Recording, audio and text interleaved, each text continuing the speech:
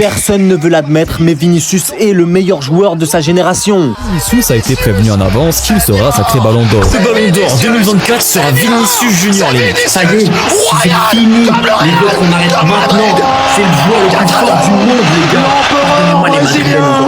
L'empereur espagnol, le torrent des arènes de Madrid, à quelques jours du Ballon d'Or. Olé, Vinicius Junior.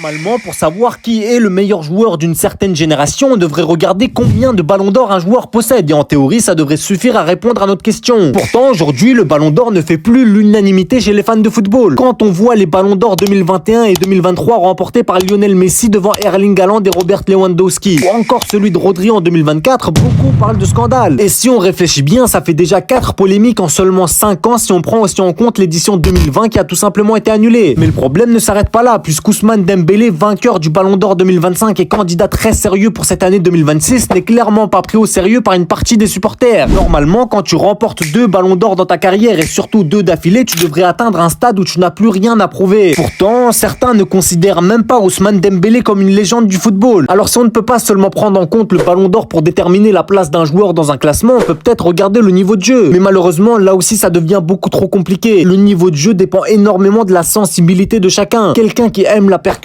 trouvera Vinicius meilleur que n'importe qui. Celui qui préfère l'intelligence du jeu et la polyvalence choisira plutôt Benzema. Celui qui admire l'élégance et le calme aura sûrement un faible pour Pedri. Certains iraient même jusqu'à considérer Neymar comme le meilleur joueur de l'histoire, alors que ce serait selon moi manquer de respect à des joueurs comme Messi, Cristiano Ronaldo ou même Karim Benzema. Puisqu'on s'est rendu compte qu'on ne peut pas vraiment départager les joueurs avec le Ballon d'Or ni avec le niveau de jeu, on pourrait peut-être regarder les statistiques. Mais même ici, un gros problème revient. Est-ce qu'on peut dire que Cristiano Ronaldo est le meilleur joueur de l'histoire simplement parce qu'il est le meilleur buteur de l'histoire? Ou est-ce qu'on devrait plutôt donner ce titre à Lionel Messi, qui est le meilleur passeur de l'histoire et également le joueur le plus décisif de tous les temps? Et si on regarde par rapport à la Ligue des Champions, qui est la compétition la plus prestigieuse du football de club, Cristiano Ronaldo en est le meilleur joueur, le meilleur buteur, le meilleur passeur, le joueur le plus décisif, mais aussi le meilleur buteur à partir des huitièmes de finale, des quarts de finale, des demi-finales et des finales. Et d'ailleurs, cet argument à lui seul me suffirait pour affirmer que Cristiano Ronaldo est le meilleur joueur de l'histoire. Mais ici, on cherche à avoir un développement construit. On ne peut donc pas s'arrêter à une seule statistique. Pour savoir qui est réellement le meilleur joueur de notre génération, on va prendre en compte les ballons d'or et les récompenses individuelles, le niveau de jeu, les statistiques, les performances dans les grands matchs, la régularité, le palmarès et l'influence dans les trophées remportés. On va faire un mélange de tous ces critères et enfin déterminer quel joueur domine réellement sa génération. D'abord, je tiens à dire qu'on parle de la génération des joueurs qui ont environ 25 ans et honnêtement, c'est l'une des générations les plus talentueuses que j'ai vues, peu importe ce que les anciens peuvent nous dire. Et parmi tous ces joueurs, il y en a 4 qui ressortent vraiment du lot. Kylian Mbappé, Vinicius Junior, Erling Haaland et même s'il est un peu plus jeune que les autres, Jude Bellingham. Et pour commencer à les départager, on va prendre en compte le premier critère qui est le Ballon d'Or. Et on peut déjà mettre Bellingham légèrement à part. Non pas parce qu'il n'a pas le niveau, bien au contraire, mais simplement parce qu'il est beaucoup plus jeune que les 3 autres. Aujourd'hui, il n'a été classé qu'une seule fois dans le top 10 du Ballon d'Or et il ne compte que 3 nominations. C'est déjà énorme à son âge, mais il a encore largement le temps de rattraper les autres. On va donc principalement comparer Mbappé, Haaland et Vinicius. Et celui qui se démarque tout de suite, c'est Kylian Mbappé. Il a été beaucoup plus précoce que les autres. Il a commencé sa carrière au plus haut niveau à seulement 17 ans. Il était déjà classé dans le top 10 du Ballon d'Or à 18 ans. On peut aussi voir qu'il a réussi à enchaîner 8 top 10 consécutifs avec comme pire classement une 9e place. C'est clairement le joueur le plus régulier de cette génération sur ce critère. Et si ces classements ont toujours été aussi élevés, malgré le fait qu'il ne remporte jamais le plus grand trophée collectif, c'est aussi parce qu'il marque énormément de buts. Forcément, un joueur qui empile les statistiques saison après saison finit toujours par être très bien classé au Ballon d'Or. Mais quand on regarde sa carrière, on remarque aussi une autre chose. Il a toujours fait partie des meilleurs joueurs du monde sans jamais vraiment être le meilleur. Et ça, c'est un point très important. Son plus gros exploit reste sa 3e place au Ballon d'Or 2023. Mais même cette année-là, il n'était pas réellement dans la course pour remporter le trophée. Et il y a aussi un autre problème. Il a beau marquer énormément de buts, il n'a jamais terminé meilleur joueur de Liga ou meilleur joueur de la Ligue des Champions. Il a 4 trophées de meilleur joueur de Ligue 1 que je ne vais pas vraiment prendre en compte parce que ça reste la Ligue 1 et que c'est très loin du niveau de la Première Ligue ou de la Liga. Maintenant, à côté, on a Erling Haaland. Lui aussi est resté très proche du top 10 pendant plusieurs années, hormis l'année dernière où il a connu une saison plus compliquée. Mais il y a une différence importante avec Mbappé. En 2023, Haaland termine 2e du Ballon d'Or et même si certains ne seront pas d'accord, beaucoup considérant encore aujourd'hui qu'il méritait de finir premier. Mais quoi qu'il en soit, cette saison-là, il a au moins réussi quelque chose que Mbappé n'a jamais fait. Pendant une année entière, il a été considéré comme le meilleur joueur du monde en club. La seule chose qui l'a empêché de remporter le Ballon d'Or, c'est qu'il est norvégien et qu'il n'a donc pas pu participer à la Coupe du du monde. Mais heureusement pour lui, il possède d'autres arguments. Il a été élu joueur UEFA de l'année, meilleur joueur de la Ligue des Champions 2023, meilleur joueur de Première Ligue et meilleur jeune de Première Ligue. Donc certes, il a peut-être été moins régulier que Mbappé au Ballon d'Or, mais lui au moins peut dire qu'à un moment de sa carrière, il a été élu meilleur joueur de l'année. Bon, maintenant c'est au tour de Vinicius et lui, il n'y a aucun débat possible. Il a remporté le Ballon d'Or 2024. Là, il n'y a pas d'interprétation ou quoi que ce soit. Tout le monde sait que les hauts placés ont boycotté le Real Madrid et que pour ça, ils ont sorti Rodri de nulle part. Donc dans cette comparaison, on va partir du principe que Vinicius possède le Ballon d'Or 2024. Et pour lui, à part l'année dernière qui a été beaucoup plus compliquée et où il termine 16e, peut-être à cause de l'arrivée de Mbappé au Real Madrid ou peut-être à cause de la déception au Ballon d'Or, Vinicius a toujours été très proche du top 5. Il enchaîne notamment 2 top 8 consécutifs, puis un top 6 avant d'atteindre le sommet. Et c'est justement son classement qui est selon moi le plus impressionnant. Parce que là où Mbappé a toujours été présent sans jamais réellement être le numéro 1, et là où Haaland n'a connu qu'une seule saison où il a dominé le football mondial, Vinicius lui est arrivé au sommet. À un moment donné, pendant une année entière, on pouvait clairement dire oui, Vinicius est le meilleur joueur du monde. Et en plus de ce Ballon d'Or, il remporte également le trophée The Best ainsi que le titre de meilleur joueur de Ligue des Champions et de Liga en 2024. À partir de là, le premier critère est terminé. Mbappé domine par sa régularité. Haaland possède une saison historique et les récompenses qui vont avec. Et Vinicius est le seul des trois à avoir atteint le sommet du football mondial. Maintenant, il est donc temps de passer aux statistiques. Et s'il y en a bien un qui est en retard sur les deux autres dans ce domaine, c'est Vinicius. On ne peut même pas lui trouver l'excuse de son poste. Parce que Mbappé aussi a passé une énorme partie de sa carrière sur un côté, que ce soit à droite ou à gauche. Pour illustrer, Vinicius, lui, c'est 130 buts et 91 passes décisives en 527 matchs. En Ligue des Champions, il compte 34 buts et 32 passes décisives en 84 matchs. Et pour un ailier, ce sont des statistiques très solides. Mais ce n'est clairement pas lui qui nous impressionne le plus quand on le compare avec les deux autres. Haaland, lui, est à 341 buts et 71 passes décisives en 426 matchs. En Ligue des Champions, il affiche 57 buts et 5 passes décisives en seulement 58 matchs. Son ratio est tout simplement exceptionnel. Et pour Mbappé, je vais vous afficher directement ces statistiques à l'écran parce que j'ai un peu la flemme. Et sur le plan des chiffres, le meilleur ratio de but est clairement celui de Haaland. Et le moins bon, de très loin, c'est celui de Vinicius. Donc sur ce critère-là, il n'y a pas vraiment de débat. C'est Haaland qui domine, mais pour moi, on ne peut pas s'arrêter là. On ne peut pas dire qu'un joueur est meilleur qu'un autre uniquement parce qu'il marque plus de buts. Parce que sinon, le débat serait terminé depuis longtemps. Et c'est justement pour ça qu'on va rentrer beaucoup plus dans les détails. Parce qu'au final, marquer des buts en championnat ou en phase de groupe de Ligue des Champions, c'est bien. Mais ce qui fait passer un joueur dans une autre dimension, c'est ce qu'il est capable de faire quand la pression est maximale. Et pour vérifier ça, on va regarder leurs statistiques selon les différents tours de la Ligue des Champions à partir des phases à élimination directe. Et là, il se passe quelque chose de très intéressant. On va commencer par Vinicius et franchement, ce qu'il fait, c'est exceptionnel. Il faut savoir qu'en phase à élimination directe de Ligue des Champions, depuis le début de sa carrière, il n'y a que 2 tours. Il n'a ni marqué ni délivré de passes décisives. Seulement 2. La demi-finale contre Chelsea en 2021 et le 8e de finale contre l'Atlético Madrid en 2025. À part ça, il a toujours réussi à être décisif. Mais maintenant, regardons Mbappé. Oui, il a plus de statistiques que les autres, mais le problème, c'est que la majorité de ses buts arrivent en phase de groupe. Quand on regarde uniquement les très gros rendez-vous, le constat est beaucoup moins impressionnant. En quart de finale, il n'a marqué que 9 buts et délivré une seule passe décisive. En demi-finale, il est à 1 but et 0 passe décisive. Et en finale, il est tout simplement à 0 but et 0 passe décisive. Donc oui, Mbappé marque énormément, ça, y a pas de débat. Mais une énorme partie de ses statistiques arrive avant les matchs qui décident réellement d'une Ligue des Champions. Et à chaque fois qu'il se retrouve face aux plus grosses équipes d'Europe, il a beaucoup plus de mal à faire la différence. On l'a vu contre le Bayern cette année, on l'a vu contre Arsenal où il est complètement passé à côté de sa double confrontation. Et c'est justement ça qui me dérange. Parce que toutes les équipes dans lesquelles il joue sont construites autour de lui. Le système est fait pour le mettre dans les meilleures conditions possibles. Donc si ce n'est pas lui qui fait gagner son équipe dans les plus grands matchs, qui va le faire? Et si vous pensez que j'exagère, regardez simplement ce qui s'est passé. Le PSG était incapable de remporter la Ligue des Champions avec lui. Quelques mois après son départ, ils y arrivent. Le Real Madrid qui gagnait la Ligue des Champions avant son arrivée n'y arrive plus depuis qu'il est là. Évidemment, je dis pas que tout est de sa faute, mais ces coïncidences méritent tout de même d'être soulignées. Parce qu'au final, il peut marquer 50 buts dans une saison. Si ces buts ne permettent pas à son équipe de mieux fonctionner dans les plus grands rendez-vous, alors il manque forcément quelque chose. Et ce qui me dérange encore plus, c'est que j'ai l'impression qu'il absorbe les buts de son équipe. Et là, on va prendre un exemple. En Liga 2023-2024, le Real Madrid marque 87 buts et n'en encaisse que 26. En 2021-2022, il marque 80 buts pour seulement 31 encaissés. Puis là, Mbappé arrive. Il inscrit une trentaine de buts par saison et logiquement, on devrait voir le nombre de buts de l'équipe augmenter. Mais ce n'est pas ce qu'il se passe. En 2024-2025, malgré son titre de Pichichi, le Real ne marque que 78 buts et en encaisse 38. En 2025-2026, il termine avec 77 buts marqués et 35 encaissés. Les statistiques de l'équipe ne progressent pas, mais en revanche, on encaisse plus de buts à cause de son manque de pressing. Le système, lui aussi, change complètement uniquement pour lui. Tout est organisé pour mettre Mbappé dans les meilleures conditions possibles. Et pendant ce temps-là, les plupart des buts de Vinicius viennent d'exploits individuels. Très peu de choses sont mises en place pour lui faciliter la tâche et il arrive quand même à briller. Et c'est justement là qu'on peut voir la différence entre un immense joueur et un joueur qui améliore réellement son effectif. Parce que là où je déteste encore plus ce système, c'est quand je compare avec ce qu'était un vrai leader offensif. Prenons Cristiano Ronaldo. Lors de la saison 2014-2015 en Liga, le Real Madrid inscrit 118 buts et en encaisse 38. Pourtant, Cristiano est le joueur qui marque le plus. Pourquoi? Parce que le système n'est pas construit uniquement pour lui. Le système est construit pour que toute l'équipe performe. Et forcément, comme Cristiano est le meilleur joueur de l'équipe, c'est lui qui finit avec les meilleures statistiques. Et si vous pensez que les 118 buts c'est juste une anomalie, prenons une autre saison au hasard. En 2016-2017, le Real Madrid inscrit encore 106 buts en Liga. C'est ça la différence. Cristiano ne faisait pas marquer moins son équipe parce qu'il marquait beaucoup. Au contraire, toute l'équipe progressait avec lui. Et c'est justement pour ça que je pense que Mbappé a encore du mal à assumer les très grands rendez-vous. Mais maintenant, passons à Haaland. Et là aussi, il y a un vrai problème. Oui, il marque énormément. Mais à partir des quarts de finale de Ligue des Champions, il disparaît presque complètement. En quart de finale, il inscrit seulement 2 buts et délivre 2 passes décisives. En demi-finale, c'est 0 but et 0 passe décisive. Et en finale, c'est encore 0 but et 0 passe décisive. Et honnêtement, pour un joueur qu'on présente comme le meilleur buteur de sa génération, ce n'est pas suffisant. Parce qu'encore une fois, marquer contre les petites équipes ou en phase de groupe, c'est une chose. Mais assumer quand toute la saison se joue sur un match, c'en est une autre. Et maintenant, on arrive à Vinicius. Et là, on passe vraiment dans une autre dimension. Pour moi, c'est lui qui domine cette génération en Ligue des Champions. Il n'y a même pas de débat. À seulement 25 ans, il est déjà le 5e meilleur passeur de l'histoire de la compétition.